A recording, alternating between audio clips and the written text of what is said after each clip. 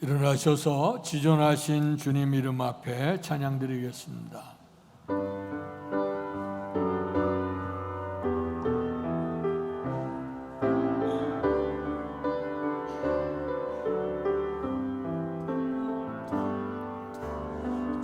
지존하신 주님 이름 앞에 모두 무릎 꿇고 다 경배해. 거룩하신 주님 보좌 앞에 엎드려 절하세.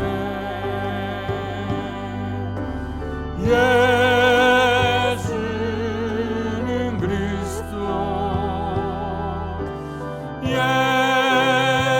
예수는 주, 하나님의 영으로 경배. 다시 한번 지존하신 주님 이름 앞에, 지존하신 주님 이름 앞에 모두 무릎 꿇고 다 경배해.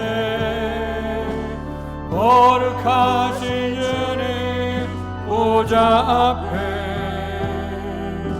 엎드려 절하세.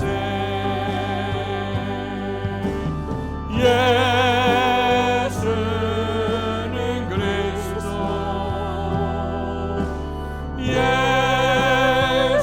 예수는 주,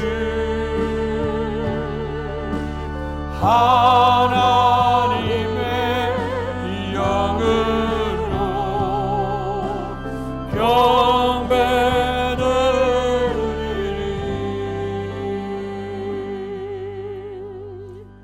내 영혼아 여호와를 송축하라. 내 속에 있는 것들아 다 그의 거룩한 이름을 송축하라. 내 영혼아 여호와를 송축하며 그의 모든 은택을 잊지 말지어다. 복되신 아버지 하나님, 은혜와 사랑 감사합니다. 거룩한 성일 우리에게 허락하시고 주의 몸된 성전으로 이끌어 주셔서 영과 진리로 예배드릴 수 있도록 은총 주셔 감사합니다. 예배 중에 거하시는 우리의 주님 찬양하게 하시고 주님 주신 은총으로 기뻐 감사할 수 있는 귀한 예배가 될 수 있도록 은총 내려 주시옵소서. 예수님 이름으로 감사하며 기도하옵나이다. 아멘.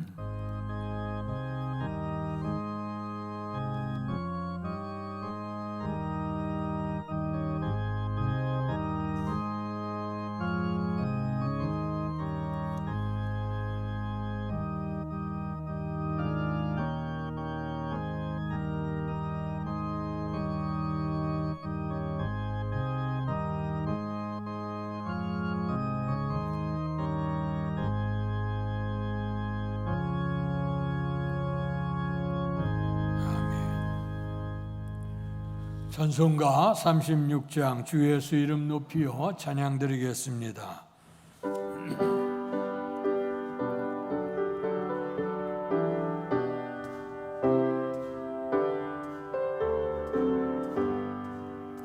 주 예수 이름 높이어 다 찬양하여라. 금별 유관을 들여서 만일 주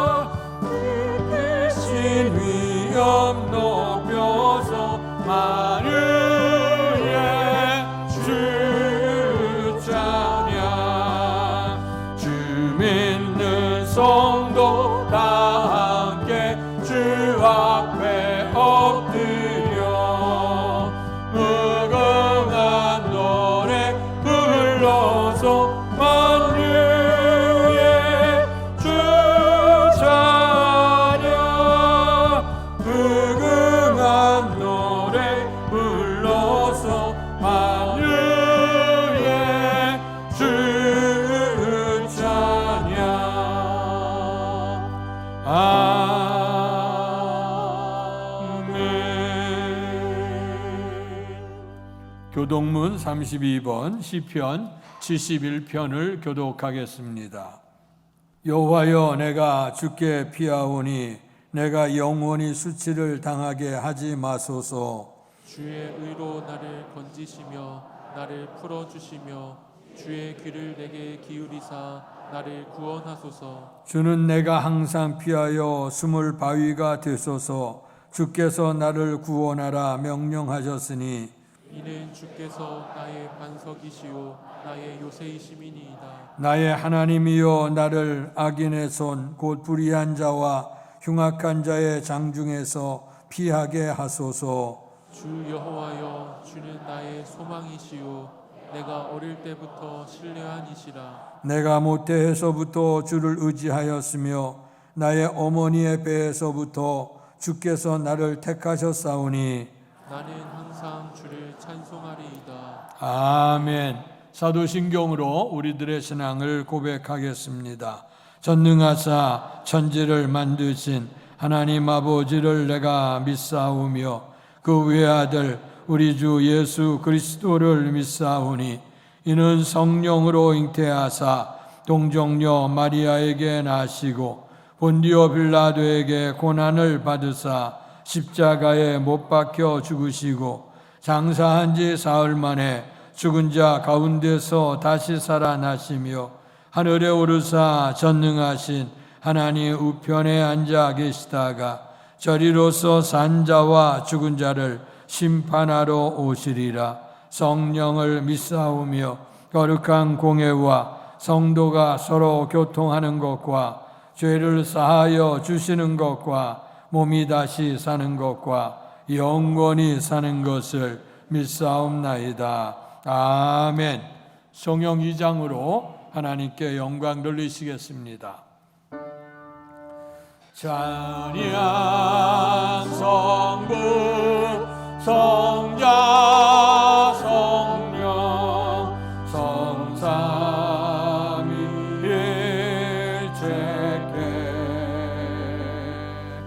영원 무궁하기까지 영광을 돌리세. 영광을 돌리세. 아멘.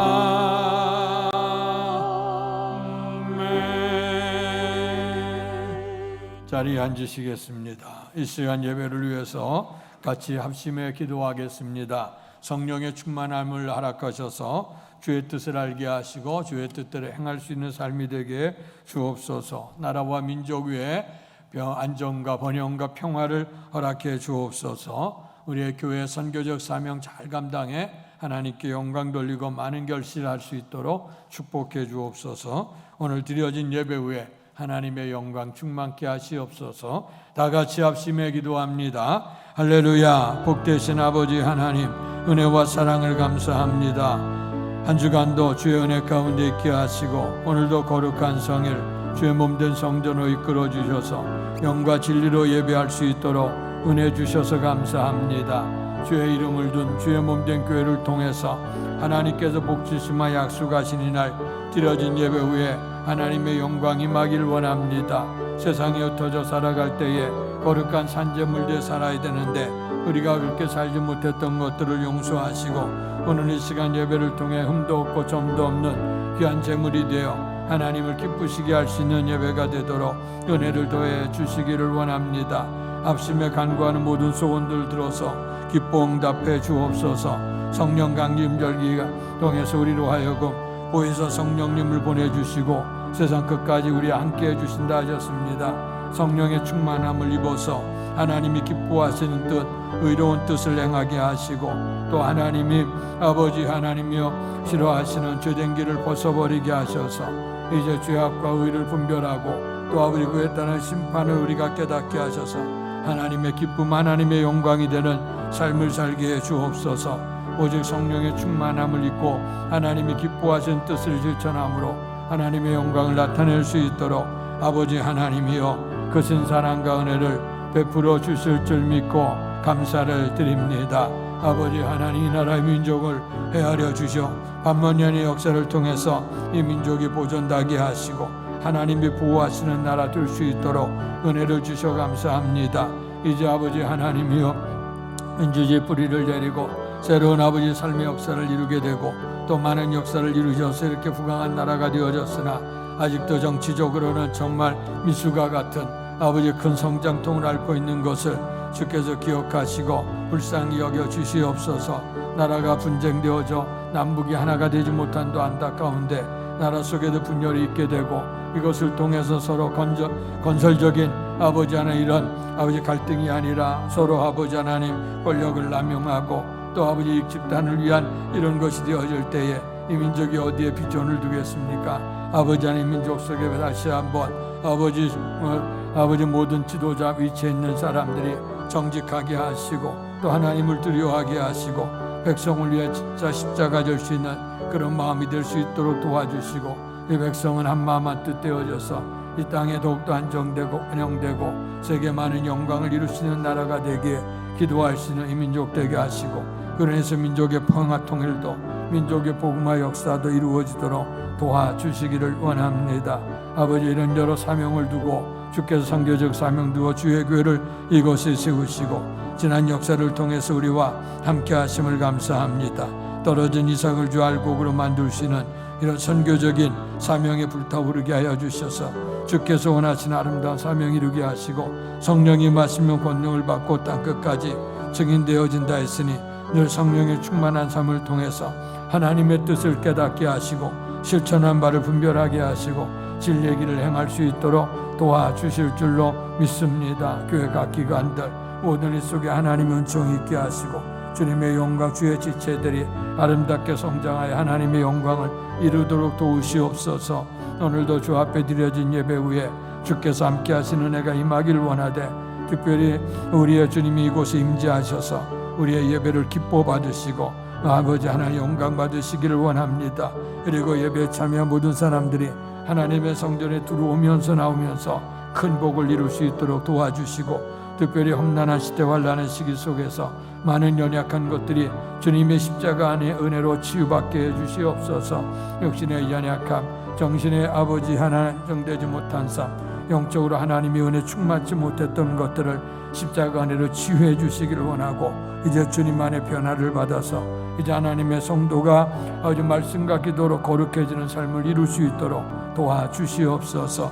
오늘도 드려진 예배 속에 하나님의 은총이 있기를 원하고 우리가 드려지는 이 기도와 찬양과 헌신 속에 하나님 기뻐 흠양하시고 또 하나님께서 하늘을 여시고 말씀을 통해 주의 뜻을 깨닫게 하시고 또 축복을 통해서 우리가 하나님의 영광을 이룰 수 있는 복된 은혜가 있게 해 주옵소서. 무엇보다 살아계신 하나님의 은총이 충만함으로 말미암아 예배 시간에 큰 은혜와 큰 사랑을 경험할 수 있게 하시고 잃어버렸던 사명 불붙들이 일어나셔서 하나님이 기뻐하시는 실천을 할 수 있는 결단이 있어지도록 하나님 은총 내려 주시옵소서. 예수님 이름으로 감사하며 기도하옵나이다. 아멘. 하늘에 계신 아버지 이름 거룩하사 주님 나라 임하시고 뜻이 이루어지다.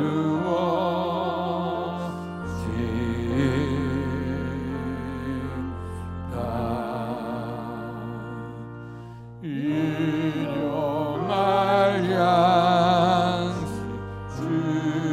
주시고 우리들의 큰 죄 다 용서하옵시고 또 시험에 들게 마시고 악에서 구원하소서. 내게 주의 나라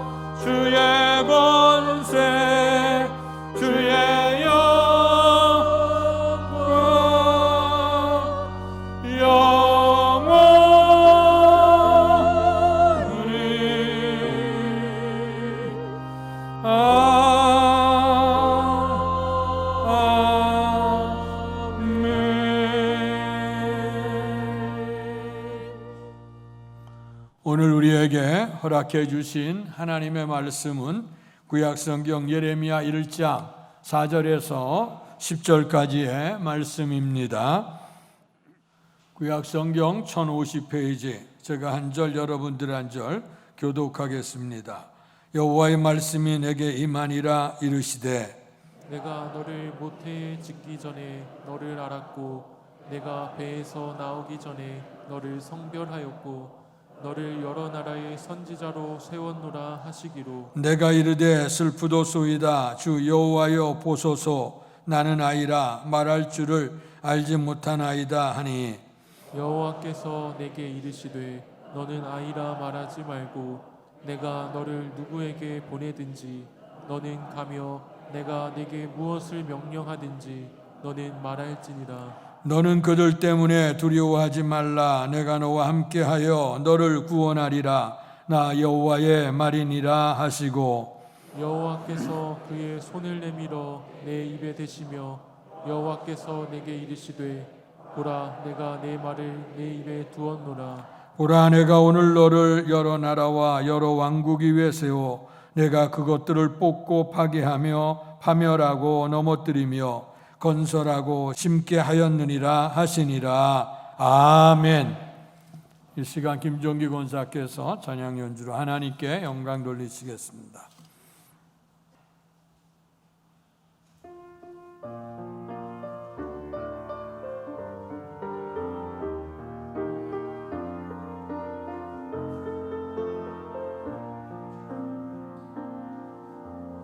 왜 나만 겪는 고난이냐고 원망하지 마세요. 고난의 뒤편에 있는 주님이 주실 축복 미리 보면서 감사하세요. 너무 견디기 힘든 지금 이 순간에도 주님이 일하고 계시잖아요. 남들은 지쳐 앉아 있을지라도 당신만은 일어서세요.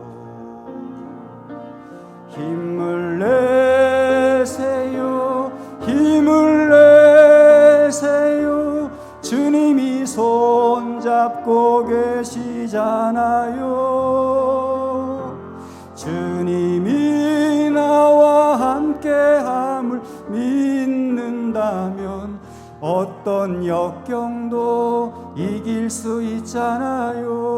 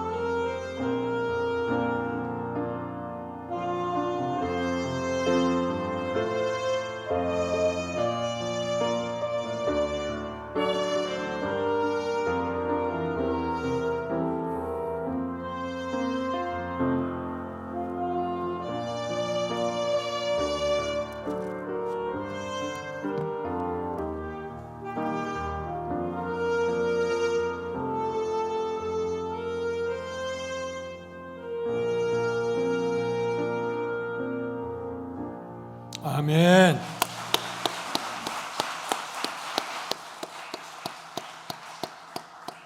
감사합니다. 오늘도 부르시는 주님의 손을 붙잡고 일어서기를 원하는 여러분들 위해 풍성한 하나님의 축복이 넘칠 수 있기를 주님의 이름으로 축원합니다. 하나님은 항상 우리와 함께 해주시는 줄로 믿습니다. 이 믿음을 잃지 마시고 오늘도 믿음으로 사시기를 축원합니다. 오늘은 에레미야 1장의 말씀을 가지고 따라서 하시죠. 부르심을 받은 자, 이런 말씀을 같이 나누겠습니다. 어떤 분은 우리의 인생을 얘기를 하면서 어떤 사람 이제 목표를 향한 경주하는 인생의 모습을 얘기를 하면서 이런 말씀을 했습니다. 오늘 인생은 세 가지의 인생이 있는데 하나는 목표가 있는 삶을 사는 인생이다 하는 것이고, 두 번째는 목표는 있는데 흔들리는 목표를 가지고 사는 사람이 있다 하는 것이고, 그다음에 세 번째는 흔들리지 않은 목표를 세워서 굳건하게 살아가는 사람이 있다 하는 얘기를 합니다. 오늘 어쩌면 가정의 삶도 마찬가지죠. 가정이 우리가 분명히 세워져서 가정의 구성원들이 평화와 화평을 누리길 원하는 그 아름다운 이런 희망과 목표를 가지고 우리가 가정을 위해 쓰고 수고할 때 가정이 아름답지 않습니까? 그러나 그 목표가 흔들려지고 또 목표를 관심 없는 삶을 살게 되면 가정의 평화가 깨지게 되고 어렵게 되어지죠. 오늘 나라도 마찬가지라고 생각합니다. 어느 사람이 사회적인 우리의 구성원을 가지고 또 나라의 구성원이 되어져서 이 나라를 세우게 되어질 때에 이 나라는 정말 안정되어지고 번영되어지고 또 발전할 수 있는 그런 나라를 우리가 기도를 하게 되어지죠. 그러나 이제 가만히 보게 되면 정말 백성들의 마음은 이 동일한 마음으로 안정되고 평화와 번영을 이루기를 원하는 마음을 갖고 있는데, 오히려 우리가 이것을 지도하는 지도자들이, 정치나 경제나 모든 그런 지도자들이 분명한 이 국가에 대한 목표들을 잃어버리고 개인의 사리사욕을 취한다거나 아니면 집단의 이기를 위해서 달려간다고 하면 이것이 이제 심각한 문제가 돼서 이 나라가 어지러워지기가 쉽다고 하는 것이죠. 그래서 오늘날 작금의 오늘의 현실을 우리가 바라다 보면서 아까 기도도 같이 했습니다마는 이 나라 이 민족이 정말 안정과 번영과 하나가 될 수 있는 그런 좋은 나라가 되기 위해서 우리가 같이 기도해야 될 거라고 생각합니다. 특별히 이 민족은 더더군다나 남북이 이렇게 분단되어져 있는 안타까움, 그냥 분단되진 성토가 아니라 이 총뿌리를 겨누고 서로 전쟁의 그런 항상 그 위협 속에서 노출되어져 있는 것이 우리나라가 아닙니까? 그러니까 더더군다나 우리가 이 민족이 하나가 되어지기를 원하는 소망을 가졌는데, 그러나 또 이제 우리 같은 나라의 구성원끼리로도 이것을 이루지 못하는 안타까움을 바라볼 때 국가에 대한 분명히 졸린 목적이 있고 또 백성이 살아야 될 분명한 근거들이 있는데 이것을 우리가 잘 해나가야 될 것이라고 생각을 합니다. 신앙심도 마찬가지라고 생각을 합니다.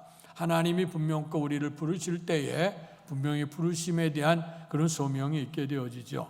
가정에서도 보면 가정에서 부모가 자식에 태어나게 될 때에 자식의 이름을 들죠. 그 이름을 지게 되어질 때에 부모의 간절한 기도죠. 이 아이가 이런 이름답게 살았으면 좋겠다 하는 것이죠.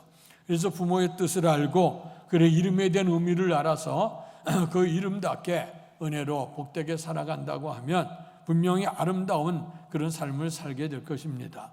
그러나 그 이름이 합당하지 아니하고 나의 이름에 대한 의미를 상실해 버린 채 흔들리는 그런 삶을 살아가게 되고 또 그거 자체도 소중하게 여기지 않는다고 하면 정말 우리 인생은 말 그대로 이름값 할 수 없는 그런 인생을 살아가는 것이 아닌가 이렇게 생각을 합니다.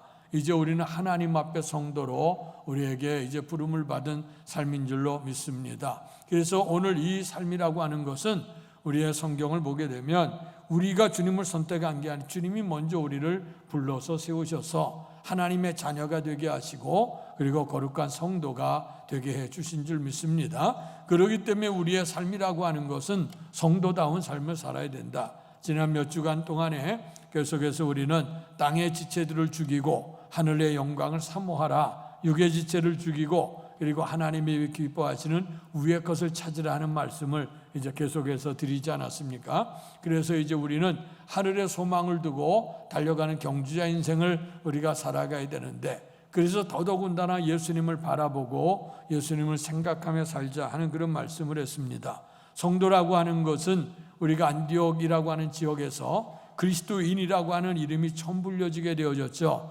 그래서 그리스도인이라고 하는 이름은 명목상의 이름이 아니라 주변에 있는 이방인들이 지켜볼 때에 저들은 그리스도의 말씀을 증거할 뿐만 아니라 그리스도의 말씀들을 행하는 그 모습을 바라보면서 저들이 그리스도인이라고 하는 별명을 붙여준 것입니다. 그래서 그리스도인이라, 크리스찬이라, 기독교인이라 하는 것, 그 이름이 합당한 생활과 삶을 살아야 될 줄로 믿습니다. 근데 오늘 우리가 이 목표를 잃어버린다고 하면 어쩌면 우리는 사도 바울이 염려했던 것처럼 세상에서 가장 불쌍한 자가 될 수밖에 없다 하는 것입니다. 그렇기 때문에 우리의 성도의 거룩성, 정말 우리가 유지하기 위해서는 디모데 후서에 말씀하고 있는 것처럼 말씀과 기도로 거룩해진다 하는 말씀을 했습니다. 그래서 우리가 항상 말씀에 붙들려서 기도하는 삶을 통해서 우리가 거룩성을 유지해 갈 때 하나님이 우리를 하나님의 자녀로 불렀다는 것, 그리고 성도라고 하고 불렀다고 하는 것, 그래서 자녀를 낳고 부모가 기뻐하는 것처럼 주님께서 우리가 하나님의 자녀가 되고 성도라고 하는 이름을 갖게 될 때에 우리보다도 더 하나님께서 기뻐하셨을 텐데 우리가 그 기쁨을 잃어버리지 아니하고 믿음으로 살아야 될 줄로 믿습니다. 근데 우리가 생활 속에 살다 보면 환경적인 요인도 있고 사람에 대한 것도 있고 그때 내가 결심이 부족할 때가 있어요. 이렇게 될 때면 인생의 위기를 만나게 되죠. 이런 위기를 만나게 될 때 우리가 해야 될 것은 뭐냐면 처음의 모습으로 돌아가야 된다 하는 것입니다. 그래서 오늘 우리에게 이제 가정에서 자녀들이 곧 결혼을 하죠. 결혼할 때는 다 행복하기 위해서 결혼을 해 삽니다. 그러나 삶을 살다 보면 원치 않는 이유로 인해서 결혼에 위기가 다가오게 되죠. 그럴 때 위기가 다가올 때 그것을 극복할 수 있는 방법은 없어요. 옳고 그른 거 따지면 따질수록 사람은 힘들어지고 더위 골이 점점 깊어지게 됩니다. 그때 생각하는 건 뭐냐? 처음 만나서 결혼했을 때에 그때 선서하고 마음을 확인했던 그때 그 사랑의 모습을 다시 한번 생각해 보면 지금이었던 왜 이렇게 됐을까? 이게 사랑을 잃어버리고 근본적인 그 마음을 잃어버려서 된 것이 아닌가? 그래서 처음으로 돌아가는 일이 필요하다고 하는 것이죠. 오늘 하나님께서 천지 만물을 아름답게 창조해 주셨습니다. 그래서 또 사람을 창조하시고 보시기에 심히 좋았고 생육하고 번성의 땅에 충만하고 땅의 것들을 다 다스려 가라고 했습니다. 하나님께서 주어지는 이런 좋은 의지를 가지고 우리가 선하게 사용을 했으면 이 모든 것들이 다 아름다운데 인간이 악한 마귀의 꼬임에 빠져서 그만 죄를 범하게 되고 인간이 부패하고 타락하게 되니까 이 모든 사회, 그다음 모든 자연 만물, 하나님이 주신 모든 피조물들이 다 타락에 있어요. 요즘 시대는 모든 게 다 신음하지 않습니까? 뭐 마실 물이 제대로 있나, 먹거리가 제대로 되어져 있나, 뭐 공기가 제대로 편하나, 참 이런 일들이 되어졌어요. 그래서 이 다음 세대를 향해서 우리의 세대는 이렇게 산다고 하지만 다음 세대가 어떻게 살아갈까 참 많이 염려가 되지 않습니까? 과학자들이 많은 지금 연구를 하면서 또 요즘에 우주 개발하는 문제도 나오고 뭐 여러 가지 삶을 살아가게 되는데 어쨌든 간에 이렇게 많이 부패하고 타락한 게 인간의 마음이 그러니까 사회 모든 것도 이용을 하게 될 때 바르게 이용을 해야 되는데 바르게 이용되지 않다 보니까 사회도 다 타락해서 숨이 턱턱 막히는 이런 세상 속에 살고 있죠. 그럴 때 사회학자들 가운데는 이제 우리가 이런 것들을 벗어나서 자연으로 돌아가야 되지 않겠느냐, 그때 순수했던 자연으로 돌아가자는 그런 사회적인 그런 운동도 있었던 것을 봅니다. 특별히 우리의 성도들의 삶도 마찬가지라고 생각해요. 우리가 하나님의 은혜를 처음 입게 되어졌을 때에 그때 그 크신 은혜를 기억하며 살아야지. 우리가 믿음 생활하면 처음에는 하나님의 은혜가 있고 축복이 있어서 기도하면서 하나님의 은혜와 사랑을 가지고 살아가지만 그는 어느 단계에 이르게 되어지게 되면 기도 응답도 없는 것 같고 하나님의 축복도 나와 먼 것 같고 내가 신앙생활하는 것도 정말 은혜로 감사로 하는 게 아니라 형식적으로 왔다 갔다 하는 그런 생활이 아닌가 하는 그런 생활이 들 때가 있죠. 그러다 보면 이렇게 하면 이 신앙생활 이렇게 해서 이게 뭐가 필요하겠는가 하는 그런 생각도 종종 들 때가 있어요. 이럴 때 우리가 생각해야 될 건 뭐냐? 하나님이 우리를 처음 만나게 하셨을 때, 그리고 내가 구원의 은총을 입었을 때, 내가 그때 생각을 해보는 거야. 내가 그때 연약했었고, 내가 주인이 없었고, 내가 내 세상을 내 마음대로 살았던 인생인데 십자가 은혜 아래 구원을 받고 보니 그 십자가 은혜가 너무나도 귀해서 이제 하나님의 뜻대로 살기를 결단했을 그때에 정말 밤이 새우도록 기도하고 정말 눈물을 흘려가면서 하나님이 원하셨던 뜻을 살기를 원했던 그때를 기억한다고 하면 우리의 신앙생활도 회복이 되어지고, 회복될 뿐만 아니라 하나님이 멀리 있었던 것처럼 보이지만 실제로 우리 곁에 계시는 하나님을 체험할 수 있게 되고, 특별한 우리에게 무슨 이상과 기사가 보여지지 않는다 할지라도 주님과 더불어 동행해 갈 수 있는 그런 놀라운 은혜. 그래서 다윗은 온 땅 위에 하나님의 영광이 충만하다 그랬거든요. 그래서 어디 하늘 높은 곳에 가도 주님이 계시고 바다 깊은 데 가서도 주님이 계신다 하는 것, 하나님의 낯을 피해서 어디 갈 수가 없다고 하는 그것을 이제 고백하게 되는 것이 아니겠습니까? 그래서 특별히 요한계시록 2장 3장에 보면 마지막 시대에 관한 얘기를 하면서 소아시아 7교회 모습을 얘기하죠. 그 당시에 소아시아 7교회는 그 당시에 있었던 존재했던 교회 모습이고, 또 어떤 분들은 우리의 기독교 역사 속에서 시대별로 존재하는 교회 모습이라고도 얘기를 하고 있습니다.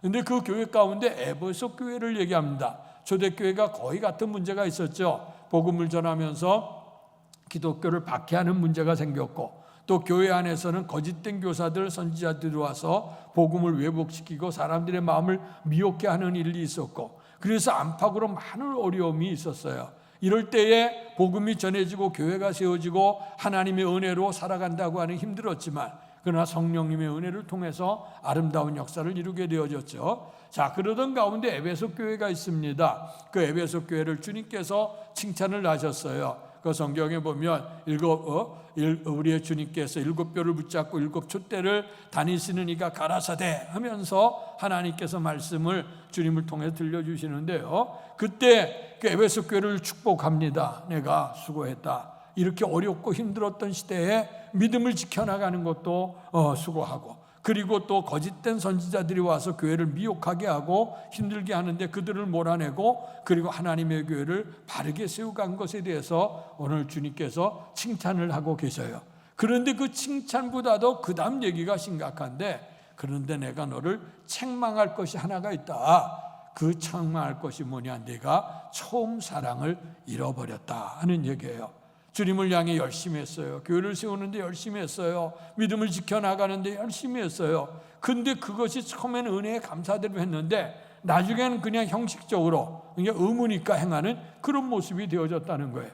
그럴 때 주님께서 그들을 얘기하기를 너희가 처음 사랑을 잃어버렸구나. 그러면서 경고하는 뿐만 아니라 주님께서 말씀하시기를 내가 언제 떨어졌는가 그걸 생각해라. 어릴 때 주님을 찾았지, 믿음으로 살았지, 은혜로 살았는데 그것을 내가 어느 순간서부터 하나님에 대한 은혜의 감사 감격을 잃어버린 채 형식적으로 왔다 갔다 하고 그냥 되면 되는 대로 생활하는 흔들리는 그런 삶을 살지 않았느냐 하는 거예요.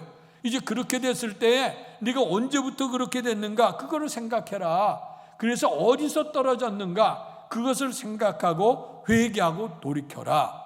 그런데 돌이키지 아니하면 내 촛대를 옮기겠다고 말씀을 합니다. 그러면서 귀 있는 자는 성령이 교회들에게 하시는 말씀을 들을지어다 하면서 주께서 경고하시는 내용이 나와요. 그러니까 이제 주님께서 말씀하시는 거는 이렇게 복음을 받아들이고 어려운 시대 속에 복음을 지켜나가는 일을 애쓰고 수고한 걸 인정을 하는데, 그런데 그 은혜의 신앙이 항상 하나님의 은혜, 구원의 은총에 감사하고 감격하면서 주님의 정말 베풀어준 구원의 은혜, 내 주님이 나를 위해 십자가 지셨는데 내가 주님을 위해서 내가 어떻게 살아야 되느냐는 이 결단 이런 거 다 잃어버리고 나중에는 형식만 남게 되고 껍데기만 남게 되어져서 하나님의 기쁨이 되지 못하는, 감격도 없고 감사도 없는 그런 신앙생활하는 모습을 주께서 경고하고 계시는 겁니다. 그래서 주님이 하셨던 말씀, 흔들려 갈 때 목표가 흔들려 가고 삶이 참 답답하고 이럴 때에 우리가 생각하는 건 뭐냐? 처음 사랑을 기억해라. 삶도 그렇고 우리의 신앙도 그래요. 그럴 때 우리의 삶이 하나님의 은총 안에 새롭게 될 줄로 믿습니다. 그래서 오늘의 본문의 말씀은 어려운 시대입니다. 이 어려운 시대 속에서 오늘 하나님께서 예레미야에게 말씀을 주시고 처음 받았던 그 부르심에 대한 그 소명을 인식하고 항상 어디서나 하나님의 뜻대로 행하라고 권면하고 있는 말씀이 오늘의 말씀이에요. 예레미야 선지자는 흔히 눈물의 선지자로 알려져 있습니다. 그 눈물이라고 하는 것, 세상의 많은 수고를 통해 우리가 피와 땀과 눈물을 흘리게 되죠. 남들보다 많은 것 갖기 원하고 높은 곳 올라가길 원하고 많은 걸 누리며 살아가기를 원하는 것이 인간이 가지고 있는 모든 사람의 마음이라고 생각을 합니다. 그래서 애쓰고 수고하면서 더 많은 걸 누리지 못하는 것 때문에 안타까워하고 눈물을 흘리는 경우가 많죠. 그러나 예레미야의 눈물은 그런 많은 것을 얻지 못한 그런 눈물이 아니라 하나님의 택한 백성들, 하나님께서는 강권적인 은혜를 통해서 이스라엘 430년 애굽의 노예 생활에 출애굽시키고 적과 꿀린 땅에 들어와서 하나님의 말씀대로 살아가게 된다면 큰 복을 받겠다고 하는 하나님이 특별히 선택된 백성인데, 이 백성들이 하나님의 뜻대로 행하지 못하는 그 모습을 바라볼 때 너무 안타까워서 눈물을 흘리고, 근데 그것이 하나님의 뜻을 벗어난 것으로 끝나는 거 아니라 그것 때문에 멸망에 이른다는 것. 하나님의 말씀을 들어 순종하면 내가 복을 받을 것이지만 적과 꿀인 땅에서라 할지라도 하나님의 뜻에 순종치 아니하면 내가 거기서 화를 입고 저주를 받는다 했거든요. 그런데 오늘 그들 백성들이 복 있는 삶을 살아가는 게 아니라 저주스러우고 망할 삶을 살아가는 그 모습을 바라보면서 눈물을 흘릴 수밖에 없게 되어지죠. 그래서 그는 민족을 향한 눈물의 선지자로 알려져 있어요. 그래서 어쨌든 간에 이들을 영혼을 구원하려고 하는 그런 상태죠. 그런데 오늘 이런 기도를 통해서 그를 세우기를 원했습니다마는, 그러나 그 예레미야 시대가 녹록지 않았어요. 예레미야가 활동했던 시대는 북이스라엘은 아수르에게 멸망을 당하고 남유다가 명명을 이어나가는 마지막 멸망의 시기입니다. 그런데 하나님의 은총으로 말미암아 요시아라고 하는 좋은 왕이 세워졌어요. 그래서 그 요시아 왕이 잊었던 신앙, 우상 숭배에 빠졌고 하나님을 떠났던 신앙을 정리를 하면서 그 백성 모두가 다 하나님께로 돌아오기를 원했어요. 우리가 나라와 민족을 위해 기도하되 특별히 대통령과 위정자를 위해 기도해야 될 사명이 있죠. 그래서 그 전왕들이 하나님을 떠나 우상 숭배에 빠지게 되고 쾌락에 빠지게 되니까 그 땅 전 백성이 어렵게 되고 나라가 멸망하게 될 지경에 이르게 됐거든요. 그런데 요시아라고 하는 왕이 등장을 하면서 옛사람들, 옛손자들이 살았던 그 삶이 잘못되어졌구나, 하나님께로 돌아와야 된다고 하는 신앙을 가져서 그가 하나님 앞에 경건하게 행하기를 시작했죠. 그래서 그들 앞서갔던 사람들이 믿었던 우상 숭배했던 우상의 단을 다 회파해버리고 우상들을 다 깨부시고, 그리고 나서 하나님의 성전에 들어와서 하나님을 믿지 아니하고 섬기지 않으니까 성전이 막 회파되어도 문제가 있어요. 그래서 그 성전을 다 깨끗이 다 정리를 해요. 그런데 그러다가 뭘 발견하냐면 구약의 율법서를 발견하는 겁니다. 분명히 하나님의 성전 구석에 있었어. 그런데 어느 누구도 말씀도 찾지 않아. 그다음에 말씀을 사모하지도 않아요.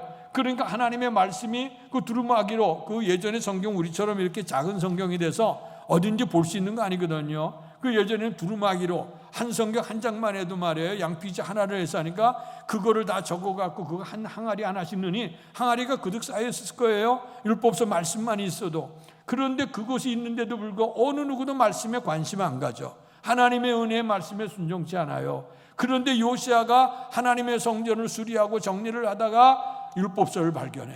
그러니까 율법서의 내용이 뭡니까? 내가 너희를 언약의 백성으로 세웠으니 말씀을 들어 순종하면 복받을 것이고 하나님의 은혜로 살지 못하면 너희가 저주를 받는다는 것이 율법의 핵심이거든요. 그 말씀을 듣는 순간에 백성들을 모아서 하나님 앞에 통곡하여 회개하기를 시작을 했죠. 우리 백성이 이렇게 가면 멸망해 가니 우리가 하나님을 찾아 섬기겠습니다. 그러면서 이제 성전도 정리를 하고, 그리고 또 이제 말씀의 신앙 회복이 되어지고, 또 유월절 신앙을 회복하게 해서, 유월절은 이스라엘 특별한 의미가 있죠. 노예에서 자유를 얻게 되어진 그 유월의 은혜를 회복하면서, 그것은 하나님의 은혜 아니겠어요? 은혜를 회복하면 믿음으로 살자. 그래서 오늘 우리 얘기하면 소위 말해 종교개혁을 이루게 된 거예요. 그런데 이 종교개혁된 사건을 통해 꾸준히 이어내려가야 되는데 이들도 이 첫 신앙을 잃어버렸어. 그래서 그 종교개혁이 흐지부지하게 되기를 시작했어요. 그러면서 이제 이스라엘의 마지막 왕들이 정리가 돼. 여호아스 왕, 여호야kim 왕, 마지막 시드기야 왕. 그래서 이 5대에 걸쳐서 오늘 예레미야는 하나님의 감동으로 예언 활동을 한 것인데, 이렇게 요시아 때 종교개혁을 통해 이 백성이 부흥하는가 생각을 했더니 다시 다 그걸 잊어버리고 우상숭배에 빠지게 되고, 하나님을 의지하지 아니하고 오늘 바알을 의지하는 백성들, 또 바벨론을 의지하는 백성들, 또 애굽을 의지하는 백성들, 이래서 이제 혼미스러운 상태가 일어나게 되어지면서 점점 죄악으로 가서 마지막 시드기야 왕 때에 바벨론 느부갓네살에 의해서 이스라엘이 완전히 멸망을 당하는 걸 지켜보는 선지자가 누구냐? 예레미야예요. 그러니까 그 예레미야가 이 백성이 멸망해 나갈 백성을 바라보며 눈물을 흘려가죠. 그래서 하나님의 감동을 통해 저들에게 가서 이제는 늦지 않았으니 회개하고 돌이켜라 아무리 얘기해도 듣지 않아요. 그런데 하나님께서는 예레미야에게 구체적으로 예언 주셨어요. 북방에 오서는 바벨론, 그 바벨로니아에서 말씀대로 순종하지 않으면 가서 70년 동안 포로 생활할 거다고 하는 것까지도 구체적으로 예언이 됐어요. 그런데도 그들이 하나님의 말씀에 귀를 기울이지 않아요. 그로 말미암아 멸망에 들어가. 하나님께서 말씀하시기를, 예전에 구약에 소돔과 고모라 성이 있죠. 아브라함의 조카로 오시고 했던 상, 그 성이 부패하고 타락했어요. 오늘날 있다는 잡다한 모든 문제들이 거기 다 있었거든. 근데 그 땅에서 의인 10명만 있어도 그 성을 구원하겠다고 얘기를 했어요. 근데 10명이 없어서 유황불로 멸망을 당했거든요. 근데 예루살렘 성은 하나님의 거룩한 도성이에요. 다 하나님을 섬긴다고 하고 하나님의 백성이라고 하는 사람들입니다. 율법이 넘치는 그 땅이에요. 그런데 하나님께서 그 예루살렘 성에서 의인 한 명만 있어도 내가 그 성을 구원하리라 그랬어요. 그런데 그 예레미야가 이제 그 성을 다니는데 아무리 외치고 아무리 부르짖어도 주님 앞에 회개하고 돌아오질 않아요. 그래서 그 거룩한 도성 예루살렘이 의인 한 명이 없어서 멸망을 당하는 비참한 신세가 되어졌어요. 이거를 지켜보는 예레미야가 얼마나 기가 막혔을까. 그러나 그는 그 백성의 운명과 함께 하면서 이제 하나님의 뜻과, 그래서 이제 그들에게 계속해서 깨우치는 사명을 받았던 사람이 예레미야입니다. 이랬던 예레미야가 이제 하나님 앞에 처음으로 부름을 받았을 때의 그 모습을 오늘 예레미야 1장에서 말씀하고 있습니다. 자, 그렇다면 예레미야도 주님의 사람으로 부름받았지만 우리도 하나님의 자녀로 부름받았다고 하면 우리가 처음 우리가 처음 읽었던 그 하나님의 부르심 속에서 우리가 어떻게 살아야 될 것인가, 부름받은 성도가 어떤 것으로 살아가야 될 것인가를 우리가 다시 한번 생각해 보면서, 혹시나 우리의 신앙이 무뎌졌거나 때론 목표를 잃어버렸거나 아니면 정말 우리가 형식적으로 우리가 이렇게 살아가는 신앙이 아닌가 다시 한번 반성하면서 또 처음 신앙으로 회복할 수 있는 은혜가 임하기를 주의 이름으로 축원합니다. 오늘 말씀을 찾아가면서 은혜를 나누길 원해요. 첫 번째 4절에 보니까 여호와의 말씀이 내게 임하니라 이르시되, 이제 5절 말씀을 같이 읽겠습니다. 시작. 내가 너를 모태에 짓기 전에 너를 알았고 내가 배에서 나오기 전에 너를 성별하였고 너를 여러 나라의 선지자로 세웠노라 하시기로. 아멘. 우리가 하나님의 자녀가 된 것은 내가 잘나서가 아니에요. 내가 주님을 선택한 거 아닙니다. 주님께서 먼저 우리를 선택해 주셨고, 우리가 주님을 알기 전에 벌써 독생자 예수를 보내주셔서 우리가 예수님이 우리 죄를 대신해 십자가에서 못 박히시고 피를 흘려셔서 우리를 구원해 주신 줄로 믿습니다. 이것은 주님이 우리에 앞서 행하셨다는 거예요. 이거 선행 은총이라고 얘기합니다. 앞서서 행하셨다는 거.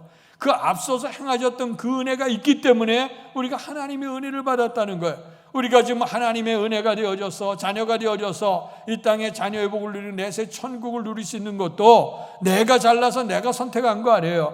하나님이 먼저 우리를 부르셨다는 겁니다. 부르심을 받은 사람이 해야 될 건 감사하는 것이고, 이 부르심을 받은 것을 잃어버리지 않도록 굳굳하게 달려가야 될 줄로 믿습니다. 그래서 성경에 보게 되면 먼저 다 하나님이 다 부르셨어요. 죄를 범하고 있는 아담, 하나님을 피해서 낯을 피했던 아담을 하나님은 찾아나셔서 아담아 내가 어디 있느냐고 주께서 부르셨습니다. 먼저 찾아와서 부르시는 분이 우리의 주님이시에요. 갈대아 우르 속에서 우상 숭배 속에 살고 있고 그 아버지조차도 우상의 제기를 만들어서 살았던, 생업을 했던 사람이었던 아브라함을 아시잖아요. 그 아브라함을 하나님께서 찾아오셔서 이제 말씀으로 그를 불러내셨어요. 오늘 주님께서 너는 너희 본 또 친척 아비 집을 떠나서 내가 내게 지시할 땅으로 가면 내가 너로 큰 민족을 일으키게 할 것이고 내 이름을 창대케 할 것이고 너는 복이 될지라 하는 축복을 베풀어 주셨어요. 그때 아브라함은 성경에 아브라함이 주님을 찾은 거 아니에요. 주님께서 찾아오셨다고 하는 거예요.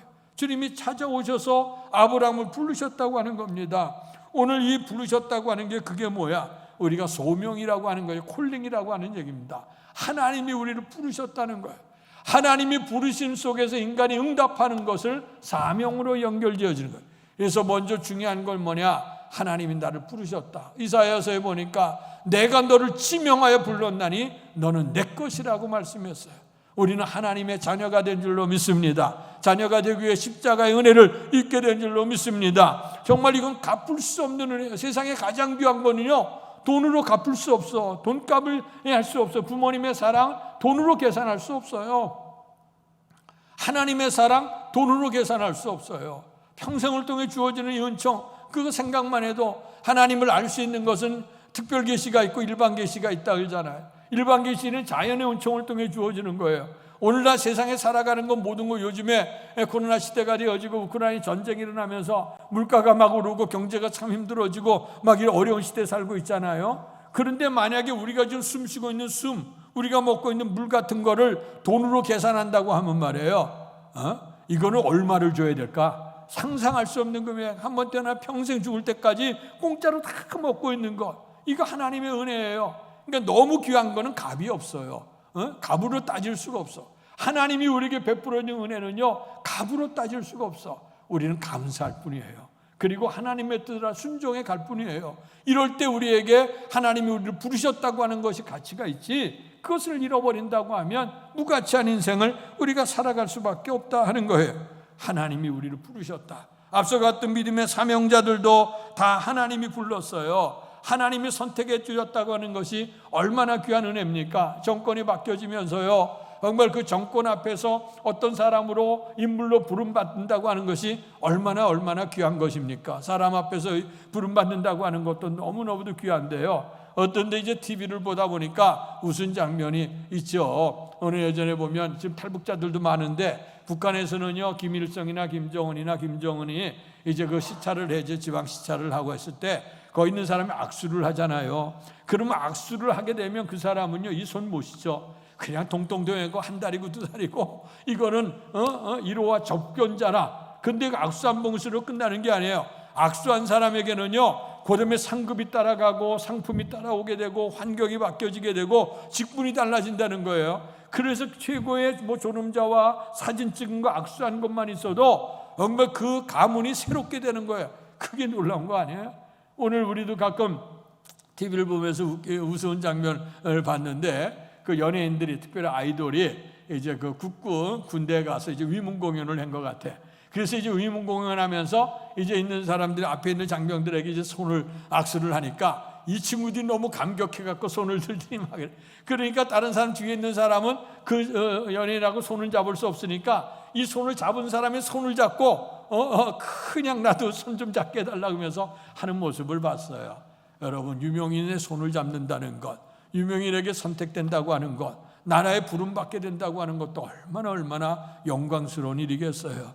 그런데 만왕의 왕이시고 모든 것 심판하실 우리의 주님이 우리를 선택해 주셨다고 하는 거, 이것처럼 귀한 건 없는 줄 압니다. 그래서 우리가 평생을 통해 가슴을 두고 살아가야 될 거, 잊어버리지 말할 건 뭐냐? 하나님이 나를 불러주셨다. 하나님의 자녀로 불러주셨다. 이것만 생각해도요, 감사하고요, 이것만 생각해도 감격할 뿐이에요. 다른 이유가 없어. 조금 삶이 좀 힘들어질 수도 있고 어려워질 수도 있지만 그것보다도 만왕의 왕이신 하나님, 이제 어려운 삶이 있지만 지나가면 쉽게 속히 지나갈 것이고 이제 마지막 영생의 삶이 있게 될 때 영광의 하나님 나라에 하나님의 자녀로 살 수 있게 하는 거, 우리가 이것만 생각해도 감사할 일 아니겠어요? 그래서 우리가 주님이 나를 불렀다 하는 소명감, 이걸 잃지 말아야 될 것이고요. 하나님을 만난 성도가 우리가 가져야 될 자세가 뭐냐? 6절의 말씀을 읽습니다. 시작. 내가 이르되 슬프도소이다. 주 여호와여 보소서. 나는 아이라 말할 줄을 알지 못하나이다 하니. 아멘. 여기 중요한 거예요. 우리가 하나님 앞에서 주님께서 내가 너를 불렀는데 어떻게 불렀어요? 내가 너를 복중에서, 부모가 임신하기 전에 알았어. 그리고 배에서 태어나오기 전에 알았어. 그때 선지자로 이미 선택했어. 하나님의 사랑은요, 너무나도 놀라운 것이죠. 근데 이런 놀라운 사랑을 가지고 와서 주님께서 너를 불렀다고 얘기하니까 오늘 예레미야는 나는 아이입니다. 내가 말할 줄을 모릅니다 하는 모습을 얘기해요. 오늘 이것이 때로는 자기 자신의 부인하는 모습도 될 수 있지만 때로는 하나의 겸손의 모습도 될 수가 있습니다. 내가 하나님의 이런 사명을 받았는데 내가 이것을 어떻게 감당할 수 있을까요? 하는 것이죠. 잘 아시는 대로 오늘 우리가 성경에 보면 모세를 하나님께서 불러내셨죠. 그때 호렙산의 가시나무 떨기 속에서 오늘 가시나무 떨기가 없어지지 않아 그곳에 갔다가 하나님의 음성을 듣게 되고 주님을 만나죠. 주께서 말씀하시기를 이제 내 백성의 울부짖음을 들었기 때문에 고통을 왔어. 내가 너를 통해서 이스라엘 백성을 출애굽해내리라고 하는 말씀을 들리죠. 그때 모세가 하나님 앞에 고백하는 게 뭐냐? 하나님, 나는 죄인입니다. 내가 지금 내 나이가 몇 살이에요? 내가 노인이고 벌써 80세가 되고 광야에서 목동으로 살았던 내가 어떻게 그 일을 할 수 있겠냐고 주 앞에 고백을 합니다. 정말 이 고백하는 것이 귀해요. 이제 예전에 다르게 우리가 정권이 바뀌어지면서 또 새로운 장관들이나 임원들이 선출이 되지 않습니까? 그때 선별이 될 때 예전의 시대는요, 이름만 불려줘서 그 자리에 들어간 것만이 영광이라고 생각을 했어요. 근데 요즘에도 그렇게 됐지요. 근데 지난주인가요? 뉴스를 보니까 이제 그 장관 자리가 빈 장관들을 사람을 수소문해서 세우려고 하는데 사람들이 다 마다한다는 거야. 그 마다하는 그 이유가 뭐야? 여태까지 모르고 존경스럽게 살았는데 청문회 통해서 모두 수치가 다 드러나니 이거는 내가 얻을 수 있는 영광보다는 잃어버릴 영광이 더 많아. 그러니까 이제 그들이 그런 거야. 근데 처음에는 예전에 그냥 나 같은 사람이 어디 있어? 자신만만하게 나왔다가 그냥 낭만한 사람들을 많이 보잖아요. 오늘 우리가 주님 앞에 낮출 때 주께서 높이신다고 하는 것, 이게 너무나도 중요하죠. 이사야도 마찬가지예요. 우시 왕이 죽던 해에 하나님의 성전에 들어가서 하나님의 거룩한 영광을 보죠. 다른 사람들은 왕이 죽고 왓스루가 쳐들어온다니까 다 우왕좌왕하면서 오늘 어찌할 바 모르는데 기도의 사람 우시아는 하나님 앞에, 그 이사야는 하나님 앞에 들어간 거예요. 그리고 하나님 앞에 이 백성의 운명을 위해 기도하는 거지. 하나님의 영광이 나타났어요. 그때 주님을 바라보는 순간 이사야는 뭐라고 고백하냐면 화로다 나여 망하게 되었노라. 내가 입술이 부정한 백성 중에 거하며 전능하신 하나님을 배웠습니다 하고 고백을 해요. 우리 같으면 하나님, 이 백성이 어지러운 여신을 나를 불러주니 나밖에 누가 더 있겠습니까? 우리가 자신만만하게 얘기할 수 있어요. 그런데 이사야는 아니라 내가 죄인인데 내가 어떻게 이 감당한 부름을 내가 받을 수 있겠느냐. 그럴 때 주님께서 핀 숯을 가지고 천사를 통해 입을 짖으면서 이 숯이 내 입에 닿았으니 내 제사함을 받았다. 그러면서 이 무지한 목매한 백성을 위해서 누가 우리를 위하여 갈꼬 할 때 비로소 그때 내가 여기 있나이다 나를 보내소서 고백하는 거예요. 하나님의 거룩한 임재 앞에서 우리가 해야 될 일은 뭐냐? 겸손해요. 하나님은 교만한 자를 물리치시고 겸손한 자에게 은혜를 주신다고 얘기했습니다. 내가 연약하다고 하는 걸 알을 때 하나님의 강함이 알게 되는 거예요. 내가 부족하다고 하는 걸 느낄 때 하나님의 지혜의 고마움이 느껴지는 거예요. 근데 내가 모르는 걸 가지고 있다는 능력도 힘도 있고 지혜도 있다고 생각하면 하나님에 대한 간절함이 없어요. 그러나 내 자신의 현실을 알잖아. 내가 이렇게 부족한 인생인데, 내가 죄인인데, 내가 이런 아이인데, 내가 늙은인데, 내가 아무것도 할 수 없는 인생인데, 이렇게 고백할 때 하나님께서는 감당할 수 있는 힘을 허락하셔서 능력을 주신다. 그렇기 때문에 우리는 항상 주님 앞에 겸손할 수 있기를 주의 이름으로 축원합니다. 그럴 때 그 다음에 오늘 주님의 7절 말씀을 읽습니다. 시작. 여호와께서 내게 이르시되 너는 아이라 말하지 말고 내가 너를 누구에게 보내든지 너는 가며 내가 내게 무엇을 명령하든지 너는 말할지니라. 아멘. 오늘 여기 내가 아이라, 내가 부족함을 주 앞에 고백했더니 주님께서 말씀하십니다. 아이라 말하지 말아라. 내가 너를 누구에게 보내든지 너는 가라. 그러니까 이제는 너는 약하다고 하는 걸 고백하지 말고 하나님의 명령에 순종해라. 하나님의 성도는요, 말씀에 순종하는 거예요. 그리스도인이라고 하는 건 그리스도의 뜻대로 행하는 자입니다. 하나님의 자녀라고 하는 이름을 가졌는데도 불구하고 우리가 하는 모든 영광 하나님께 돌리고 기도할 때마다 하나님의 뜻대로 살겠습니다 하고 기도하면서도 매 순간 결단해야 될 때는요, 하나님의 뜻대로 결단하지 못하고 내 생각이 앞서가기도 하고 환경을 앞서가기도 하고 정말 죄송합니다만은 이 잘 돌아가지 않는 머리를 그냥 쓰면서 우리가 정말 인생을 생각하려고 하는 경향이 많잖아요. 오늘 우리가 주 앞에 내려놔야 돼요. 하나님은 우리의 가장 지혜로운 것보다 우리의 가장 지혜로운 것, 하나님의 가장 미련한 것보다도 못하다고 얘기했어. 하나님이 가장 약한 것이 인간이 아무리 강한 것보다도 강한 것이 하나님의 능력이에요. 그렇다고 하면 우리가 항상 하나님 앞에 겸손할 때 하나님이 명령하시면 그 명령에 이제 순종하는 자가 될 때 하나님의 역사를 이루게 될 줄로 믿습니다. 거기와 더불어 주께서 순종하며 가는 자에게 어떤 은혜를 주시느냐? 8절 9절을 같이 읽습니다. 시작. 너는 그들 때문에 두려워하지 말라. 내가 너와 함께하여 너를 구원하리라. 나 여호와의 말이니라 하시고 여호와께서 그의 손을 내밀어 내 입에 대시며 여호와께서 내게 이르시되 보라 내가 내 말을 내 입에 두었노라. 아멘. 이제 이렇게 연약함을 고백하는 그 순간에 하나님께서는 주의 명령을 내려 순종하기를 원했고 이 순종의 길을 잘 알 수 있도록 하나님께서는 내가 너와 함께 할 것이고 네가 어떤 환난이나 어떤 어려움 속에 있다 할지라도 내가 너를 구원해 낼 것이라고 하는 얘기를 하고 내가 네가 말하는 게 아니라 내 입에 내가 말을 줄 것이니 너희가 주는 말대로 순종해서 전하라고 말씀해 주고 계십니다. 그렇기 때문에 오늘 하나님의 부르심 속에 응답하는 것은 소명 속에 응답하는 건 우리의 사명이라고 얘기하고 이 사명조차도 내가 하는 게 아니라 하나님이 우리에게 힘을 주신다 하는 걸 기억하고 우리에게 주어진 주님을 섬기는 사명도 있어요. 가정에 대한 사명도 있어요. 일터에 대한 사명도 있어요. 여러 가지 모든 사명 속에 나는 세상 일을 한다 생각하지 마시고 하나님의 일을 한다 하는 그런 믿음을 가지고 살아가신다고 하면 하나님께서 반드시 우리에게 함께 하셔서 역사를 이루게 되는 줄로 믿습니다. 그래서 마지막 10절에 보게 되면 이렇게 연약하다고 고백하는 예레미야, 정말 저 강력한 그 말을 듣지 않은 유대인, 더 나아가서 이들을 침범해 들은 바벨론들, 이런 세력에서 감당할 수가 없죠. 내 힘으로는 그걸 할 수 없어. 그런데 주님께서 내가 너를 불렀고 그리고 내가 내 명령대로 순종하면 내가 너와 함께 할 것이라고 얘기하면서 마침내 10절에 보니까 내가 오늘 너를 여러 나라와 여러 왕국 위에 세워 내가 그것들을 뽑고 파괴하며 파멸하며 넘어뜨리며 건설하고 심게 하였느니라 하시니라. 그러니까 강력한 세력들을 뽑아낼 거다, 파괴할 거다, 파멸할 거다, 넘어뜨리게 될 거다. 그리고 하나님의 거룩함을 건설하게 되고 심게 할 것이라고 약속해 주십니다.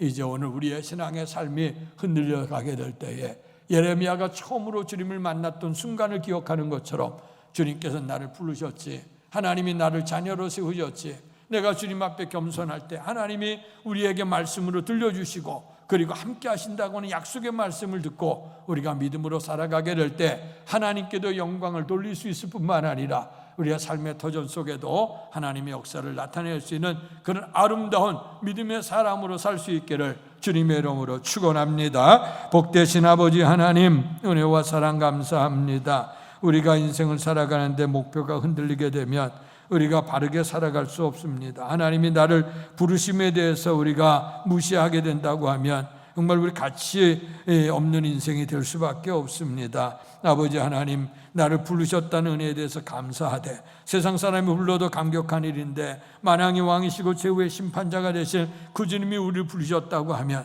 늘 감사한 마음으로 겸손하게 주의 명령에 순종하고 하나님이 우리와 함께 하심을 믿고 가게 되면 마침내 하나님의 위대한 역사, 사람으로 생각할 수 없었던 역사, 감당할 수 있는 그 놀라운 은혜들이 나타나게 될 줄로 믿습니다. 이제 우리의 신앙의 삶을 통해 걸어가게 될 때 우리의 믿음이 흐려지거나 때로는 정말 우리가 하나님의 신앙으로 갈등할 때가 있지만 그럴수록 다시 한번 처음 주님이 우리를 부르셨을 때의 마음을 생각하며 회복할 때에 마침내 하나님의 영광이 이루게 될 줄로 믿습니다. 그때를 바라보며 일어나서 하나님의 뜻을 이루고 영광 돌릴 수 있는 복된 삶을 살아갈 수 있도록 축복해 주시옵소서. 예수님 이름으로 감사하며 기도하옵나이다. 아멘. 말씀을 생각하시면서 찬송가 331장 부르시면서 준비하시는 헌금을 하나님께 봉헌하겠습니다.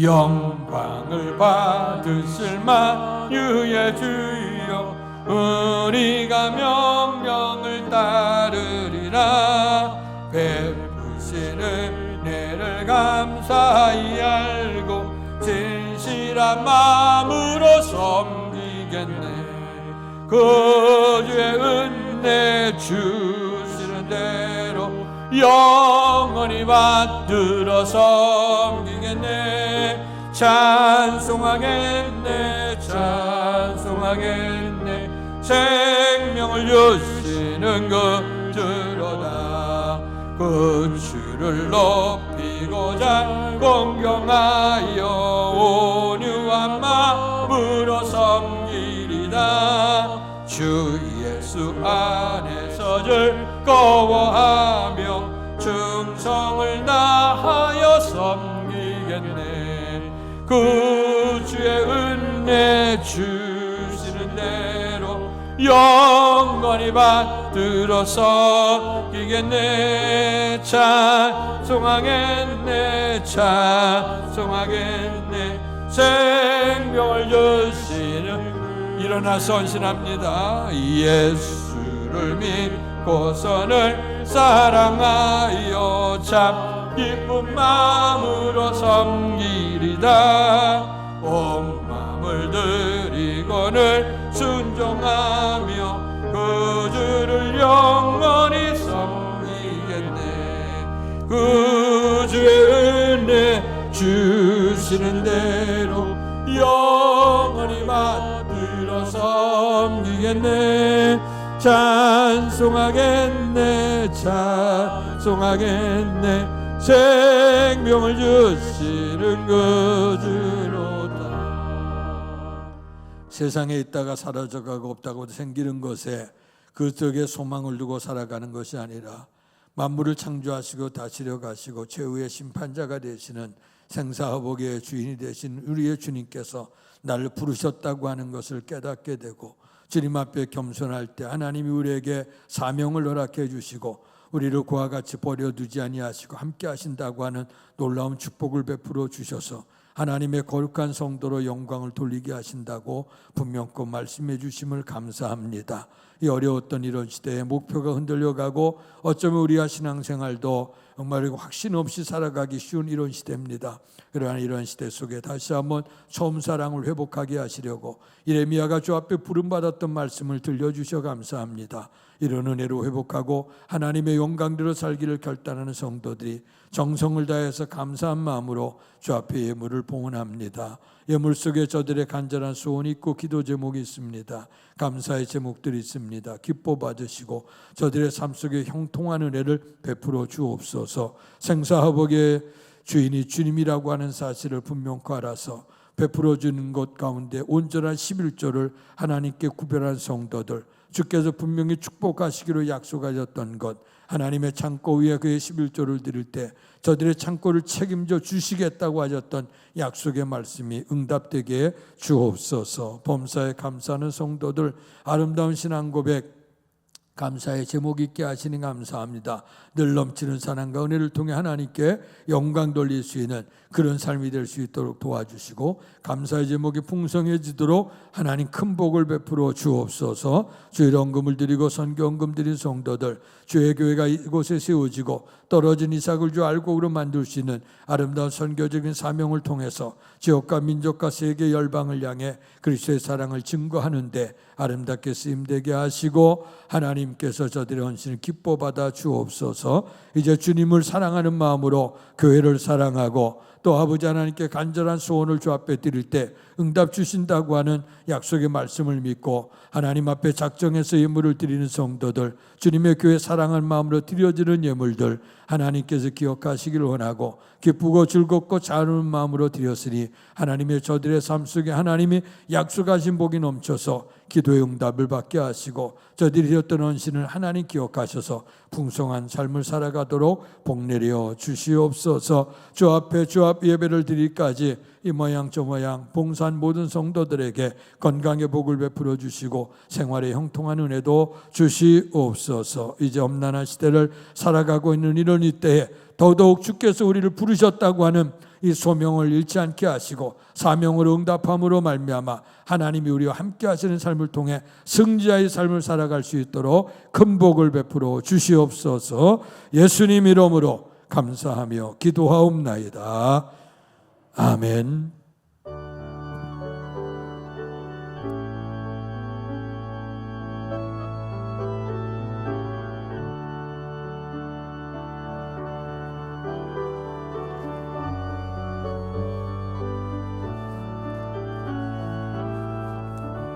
아멘. 우리 옆 사람 인사합시다. 하나님께서 부르셨습니다.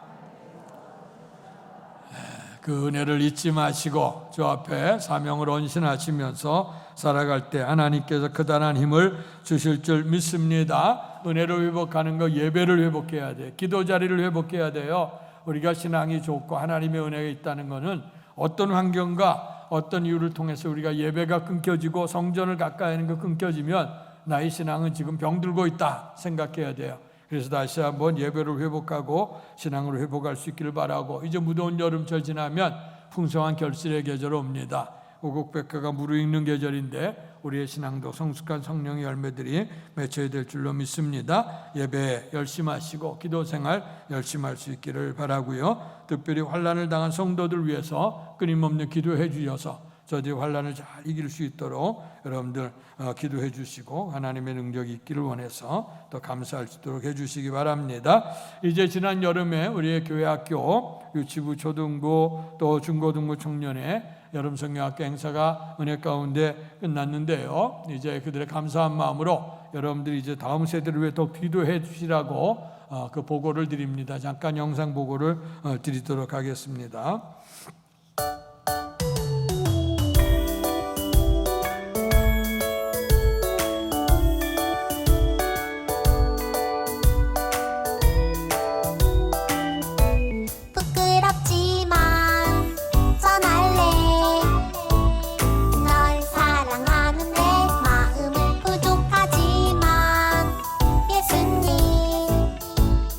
명령하셨으니 너희는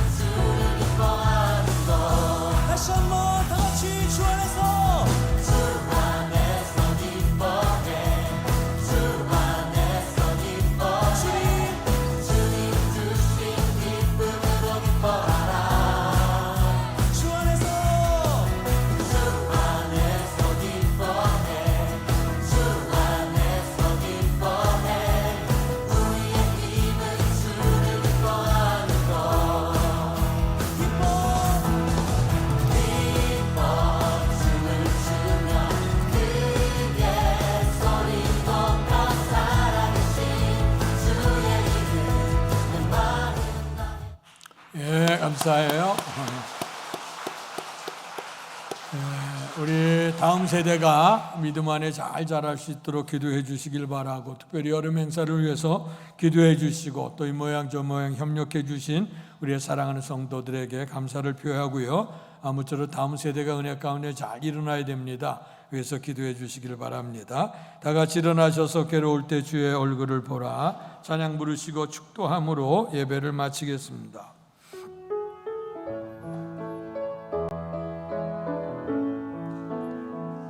괴로울 때 주님의 얼굴 보라 평화의 주님 바라보아라 세상에서 시달린 친구들아 위로의 주님 바라보아라 눈을 들어 주를 보라 내 모든 영역 주께 맡겨라 슬플 때에 주님의 얼굴 보라 사랑해 주님 안식 주리라 힘이 없고 내 마음 연약할 때 능력의 주님 바라보아라 주의 이름 부르는 모든 자를 힘주시고 늘 지켜주시리 눈을 들어 주를 보라 내 모든 영역 주께 맡겨라 슬플 때에 주님의 얼굴 보라 사랑해 주님 안식 주리라 우리가 삶을 살아가면서 누구나 다 형통하고 누구나 다 행복하고 누구나 다 복된 인생을 살길 원하지만 그러나 우리의 삶의 여러 가지 환경으로 인해서 또 악한 마귀 우는 쌀처럼 산길자를 찾아다녀 우리의 삶을 미혹함으로 말미암아 깊은 수렁 속에 빠지게 되어지고 때로는 기도할 때도 감사도 없고 감격도 없고 또 하나님이 함께 하시는 믿음도 서지 아니하는 그런 때도 우리에게 있습니다. 때로는 신앙생활에 첫사랑을 잃어버린 채 우리가 형식적으로 습관적으로 생활할 그때도 있습니다. 그러나 그런 가운데 있다 할지라도 우리 하나님이 우리 속에 계신다고 하는 것, 우리를 지켜보신다고 하는 것, 주님이 우리를 선택해 주셨다고 하는 이 은혜를 잊지 않게 해주시고 이제 주님의 부르심에 사명을 응답하고 주께서 감당할 수 있도록 힘을 주시고 함께 해주신 놀라운 은혜를 체험하며 살아갈 수 있도록 도와주시옵소서. 연약할 때 우리를 세워주시는 처음 사랑의 은혜, 처음에 우리가 받았던 사명 잃지 않게 하여 주시고 하나님이 기뻐하시는 은혜의 삶을 실천해 가게 하시고 주 앞에 이를 때까지 믿음으로 온전히 달려갈 수 있도록 은총 내려 주실 줄로 믿습니다. 이제는 우리 주 예수 그리스도의 은혜와 하나님 아버지의 극진하신 사랑하심과 성령님 감화교통 충만케 하시는 놀라우신 하나님의 은혜와 사랑과 평강을 아버지 하나님의 은혜대로 처음 사랑을 잃어버리지 않고 믿음으로 살기를 결단하면서 첫사랑의 은혜를 기억하며 살기를 다짐하며 돌아가는 사랑하는 성도들 머리 위에와 가정과 사업과 자녀 위에와 주께서 피주어 세우신 주의 몸된 교회와 이 나라 이 민족과 우리를 통해 역사하시는 세계 선교 현장 위에 이제로부터 영원토록 함께 계시기를 간절히 축원하옵나이다. 아멘.